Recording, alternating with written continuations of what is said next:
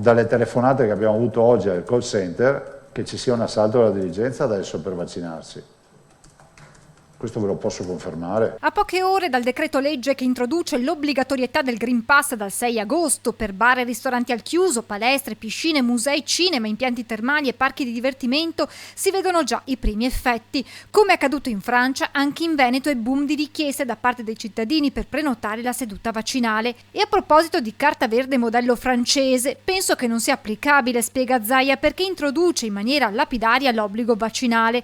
Credo che si sia condiviso tutti il fatto che un utilizzo più allargato del Green Pass fosse qualcosa di sostenibile. Prendo atto che è stato esteso in maniera importante. Allora, davanti a questo, il tema che va posto è un altro.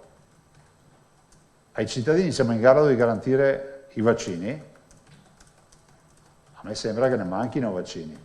Per quanto riguarda le vaccinazioni, al momento il 62,4% dei veneti è immunizzato o ha prenotato il vaccino, con l'obiettivo di raggiungere l'82% ad ottobre, con 200.000 dosi disponibili da qui a settembre. Intanto sono 300 i turisti che hanno chiesto di essere vaccinati in Veneto durante le loro vacanze e domani ad Auronzo, dove la squadra della Lazio sta affrontando il ritiro pre-campionato, su richiesta del presidente Lotito i giocatori verranno sottoposti all'inoculazione. L'importanza della vaccinazione sta nei numeri che arrivano da un monitoraggio negli ultimi giorni su 160 pazienti colpiti da variante Delta e movimentati nei nostri ospedali. Su 160 pazienti che abbiamo valutato, ricoverati, allora vi do solo, i non vaccinati erano 144, i vaccinati con una dose 16, con 2 dosi 0. La variante Delta è al momento quella predominante. Su 280 sequenziazioni, 226 sono risultate positive a questa mutazione e solo 22 alla alfa. Questo spiega l'aumento dei contagi, con un più 150% di positivi in Veneto in una settimana. Si tratta soprattutto di ragazzi asintomatici, ma che rischiano, ricorda Zaia, di incrociare familiari o conoscenti non vaccinati. Che questa nuova curva di contagio crescerà ancora.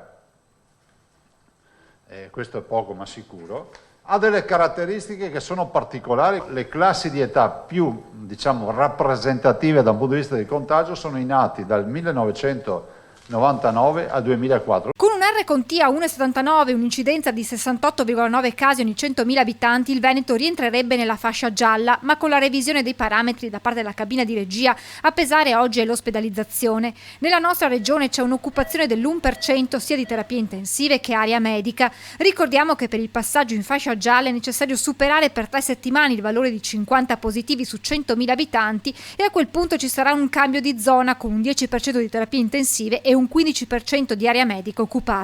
Al cittadino interessa dire che noi non siamo da cambiamento di zona con questi nuovi parametri. Ultime 2 considerazioni fatte dal presidente Zaia per quanto riguarda il personale sanitario non ancora vaccinato e gli operatori della scuola. Per quanto riguarda i premi, al momento congelate in Veneto le sospensioni. I provvedimenti che sono stati fatti sono un attimo congelati, ma semplicemente per un motivo: ci vuole coordinamento nazionale e dall'altro voglio anche ricordarvi che dietro le sospensioni c'è un altro problema, che gioco forza pesa su di noi, la mancanza di professionisti.